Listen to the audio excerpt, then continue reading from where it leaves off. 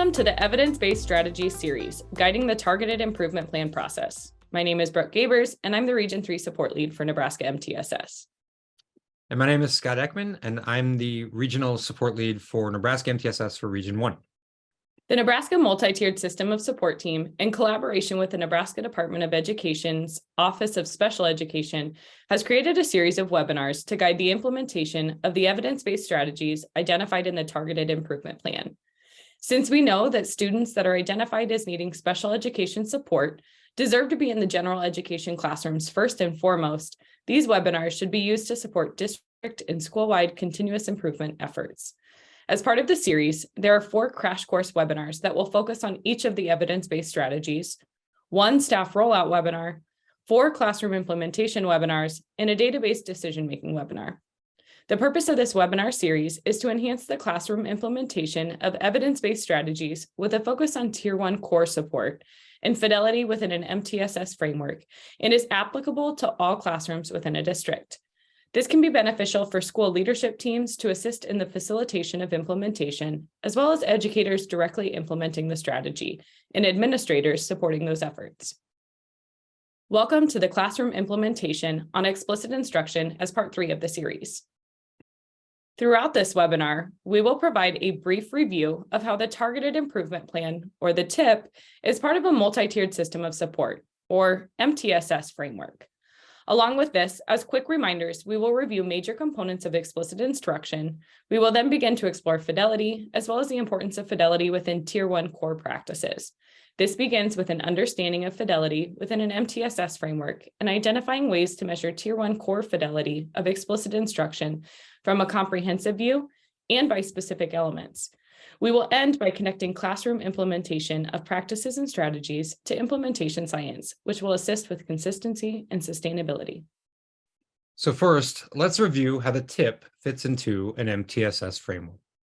The goal of the Targeted Improvement Plan, or TIP, is to improve learning and educational outcomes for students with disabilities. Data shows that the majority of students with disabilities in the state of Nebraska spend the bulk of their day in the general education classroom. Because of this, the selected evidence-based strategy is intended to be used at the Tier 1 core level in the general education classroom. Research tells us that the best way to improve outcomes for students with disabilities is by improving education for all students. In order to ensure each student has access to evidence-based practices as required by the TIP, we need to build structures and systems that allow for inclusive practices to ensure each student has access to those core practices. There is clear and consistent evidence that inclusive educational settings can confer substantial short and long-term benefits for the students with and without disabilities. What we know is that this can occur through a well-developed MTSS framework. As a reminder, MTSS, or multi-tiered systems of support, is how we organize the supports that we provide for students. We identify the supports through a layered continuum that recognizes what we do for all students, for some, and for few students. We know that by establishing our Tier 1 core supports through effective instruction and high-quality instructional materials, the majority of our students will be successful. And once we are implementing those core Tier 1 supports effectively, we can accurately identify those students in need of further assistance.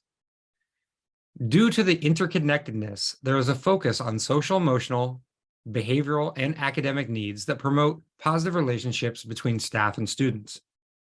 As we consider our Tier 1 efforts, we must continue to evaluate and strengthen our key foundational components that we know support all students in that safe, welcoming, and predictable environment.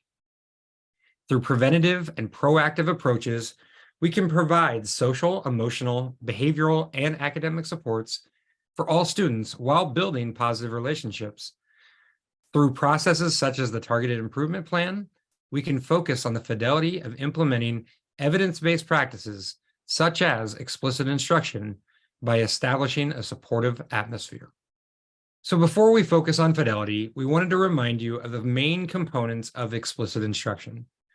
According to Anita Archer and Charles Hughes, explicit instruction is systematic, direct, engaging, and success-oriented, and has been shown to promote achievement for all students.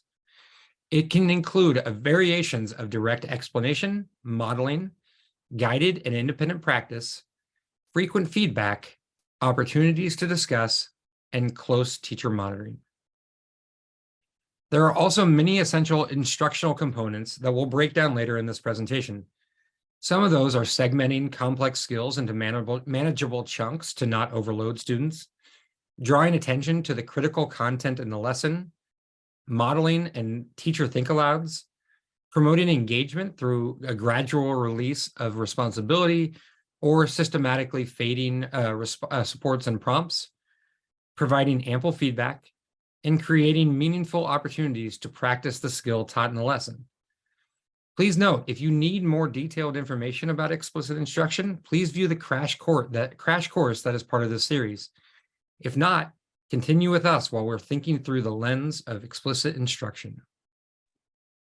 Now that we have had a brief review of the targeted improvement plan and explicit instruction, we'll begin to focus on the role of fidelity within an MTSS framework with a specific focus on Tier 1 core. When we think of why, many of our minds go to Simon Sinek's Golden Circle. Simon explains the need to focus on the why, which is not simply knowing why things are done or a focus on the result. When we focus on the why, we're acknowledging the purpose or belief. In terms of fidelity, we will focus on 3 whys that have direct impacts on student outcomes. To really get to the why of fidelity, we'll be looking through the lens of ESSA, or Every Student Succeeds Act, and the Individuals with Disabilities Education Act, or IDEA, and multi-tiered systems of support, while keeping a distinct focus on positive student outcomes. Districts need to provide equitable opportunities for all students, of which all should be done with fidelity to ensure we are considering and meeting the requirements of ESSA. Per ESSA, districts shall address the learning needs of all students, including children with disabilities, English learners, and gifted and talented students. This can be accomplished through the development of programs and activities that increase the ability of teachers to effectively teach all students, which may include the use of multi-tier systems of support and positive behavioral intervention and supports.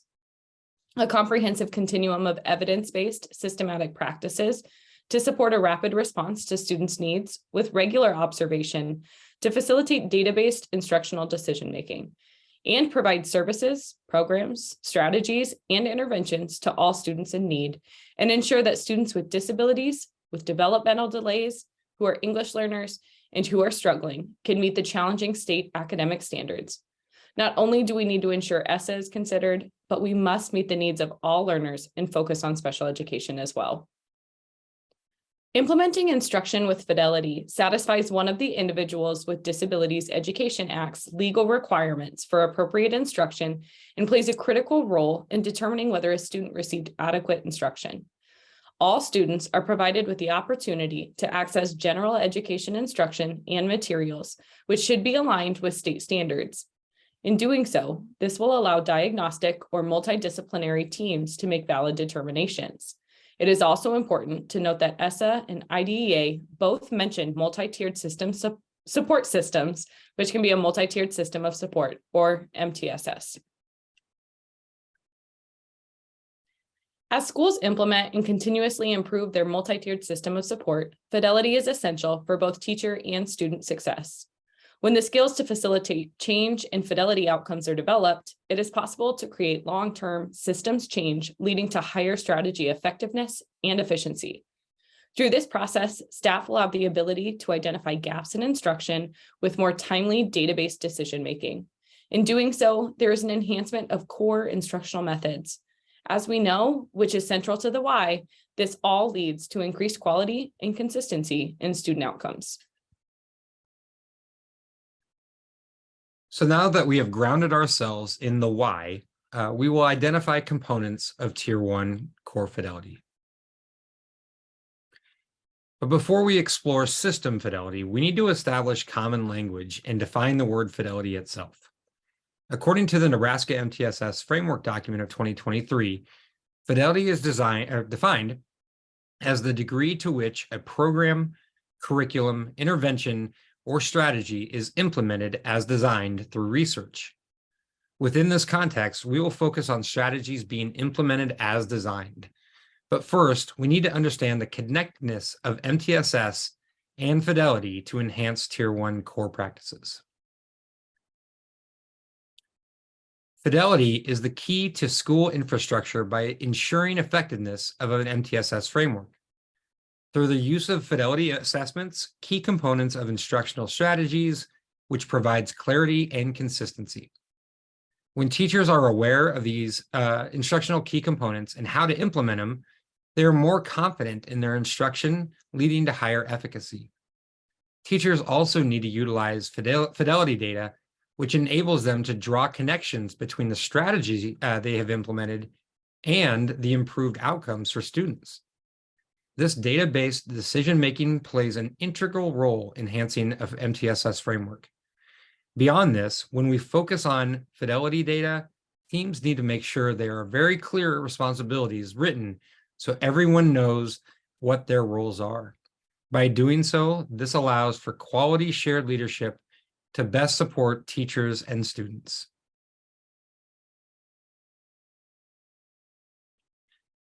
When considering implementation of your selected evidence-based strategy from your targeted improvement plan or TIP, there are two things to think about when it comes to measuring fidelity. As you may recall from the staff rollout webinar as part of this series, there was a concentration on fidelity of the process to address a Nebraska MTSS framework system's approach to implementation. This webinar will explore measuring fidelity to the implementation of a strategy within individual classrooms. As part of this classroom implementation webinar, we will identify ways to measure Tier 1 core fidelity of classroom implementation of your selected evidence-based strategy from a comprehensive view and by individual elements within your selected strategy. So before making a decision about providing additional support, teams need to ensure that the decision is a reflection of the student's actual need for additional support as opposed to a need for effective Tier 1 core support. This might occur at the school, collaborative, or student support teaming structures, which are dependent on the district. To distinguish these needs, the team has to have confidence that the delivered instruction matches the instructional approach that originally generated demonstrations of effectiveness. So this spirit means that the evidence-based practices in a given tier need to be implemented with fidelity before additional and targeted interventions are added. In terms of continuous improvement, this could also mean that a goal might focus on the fidelity of an identified target change. So when we look closer at fidelity, we can think about it as measuring fidelity to instruction and measuring fidelity of instruction. Fidelity to instruction assists in determining if we are following core components of the strategy, as well as a frequency of implementation. If measuring the process, we would want to examine if the teacher was following the core components of essential ingredients of the instruction and how often they were using it. Fidelity of instruction looks at the quality of delivery and adapting to student needs. If measuring the fidelity of instruction, we focus on the needs of the students being met, and if the teacher was able to effectively differentiate, scaffold, or adapt instruction. We also look at how complete the lesson was, how engaged the students were, as well as if the teacher utilized clear and concise language to ensure students understood what was being taught and asked of them. We know this is a lot of information, so we also have some guiding questions to help you through the process. These are some questions to consider when thinking about fidelity in the classroom. The ones on the left in green target fidelity to instruction, while the ones on the right in teal target fidelity of instruction. These questions are helpful for teachers to self-reflect, but also for teams to use when considering fidelity checks. So there are many ways in which fidelity can be measured, but two specific methods that may be helpful for assessing fidelity in schools are the use of fidelity checklists and the evaluation of permanent projects. However, for our purpose today, we're going to focus on checklists. Fidelity checklists are checklists comprised of tasks specific to a curriculum, instruction, or an intervention that are written out and checked off as they are completed. These can be collected via self-report or direct observation by a third-party observer. When developing a plan for assessing fidelity through a checklist, it is necessary to identify what are the core components of the practice or intervention that will be the focus of the assessment. This is done by completing a task analysis of the instructional method. Then the checklist is created based on these core components, making certain that those critical activities for student learning are included. With that in mind, we do need to think about and consider the validity and reliability. So as you notice in the visuals, something is valid when it hits the target and something is reliable when multiple attempts are in the same area. So when considering fidelity, we want to see both validity and reliability. Schools creating or selecting fidelity checks need to look at the degree to which it measures what it is intended to, or the validity. As we stated earlier, when considering fidelity within an MTSS framework, it is essential to understand the major components of the instructional strategy. When considering reliability of fidelity measures, staff can compare the agreement between two observers who are evaluating the same activities at a given time. So for example, two staff members can observe the same lesson at the same time with the same fidelity measure. And it needs to be clear that this is non-evaluative, but rather it's an opportunity to enhance our instruction. Shortly after that observation, there should be a comparison of the fidelity measure and discussion about similarities and differences. If there is a high agreement between observers, it's an indication that this is a reliable measure. So to empower staff and promote that shared leadership and a collective efficacy when conversations about fidelity come up, one suggestion from that Nebraska MTSS Framework document of 2023 is to have teams decide up front, together in partnership with those delivering the work, exactly what does fidelity to the evidence-based strategy require. Monitoring fidelity to those core elements will then be a reflection of the agreement of the team that has made up together rather than something that's maybe imposed upon them. The measurement of fidelity should be the same in each classroom to promote that both validity and reliability of the fidelity checklist. Next, we're going to dig into some specific information about measuring the fidelity of explicit instruction. The first fidelity measurement tool we want to share with you comes from Nebraska MTSS and is a sample instructional delivery observation form that is linked on the slide. While this observation form is quite extensive and more comprehensive than just explicit instruction, there are a few sections that are directly tied to explicit instruction that your school or district could choose to pull from. We've highlighted those sections on the screen, including explicit instruction techniques, opportunities to respond, and student engagement. When thinking about measuring fidelity of explicit instruction, it can be helpful to narrow your focus to one or two of the elements of explicit instruction and just pull those sections of observation forms or checklists to be used. Trying to measure all 16 elements of explicit instruction during brief fidelity walkthroughs would be a daunting task. For example, maybe during the first quarter of the year, your team focuses on the I do, we do, you do portion of explicit instruction. Your team then gathers fidelity data throughout the first quarter around classroom implementation of gradual release of responsibility with just a few small items to look for on their fidelity checklist.